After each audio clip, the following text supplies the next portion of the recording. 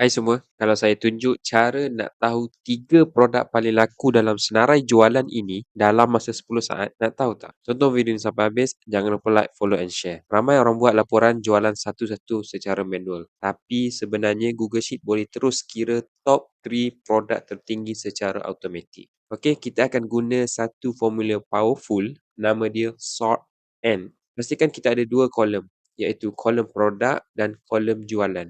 Type formula ni, sort and, kita akan pilih range data kita. Kita akan tekan 3 untuk kita tahu top 3. Tekan kosong untuk kita ignore ties and show first rows only. Tekan 2 untuk kita sort kolom jualan. Dan tekan false untuk kita susun secara largest to smallest. Dan tekan enter. Terus keluar 3 produk dengan jualan tertinggi.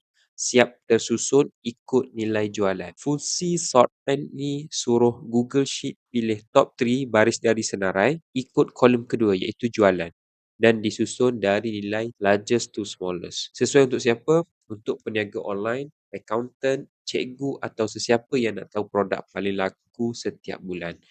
Kalau nak belajar lebih banyak trik Excel dan Google Sheet yang jimat masa macam ni, tekan follow Excel Padu sebab saya akan tunjuk lagi cara automatikkan kerja anda.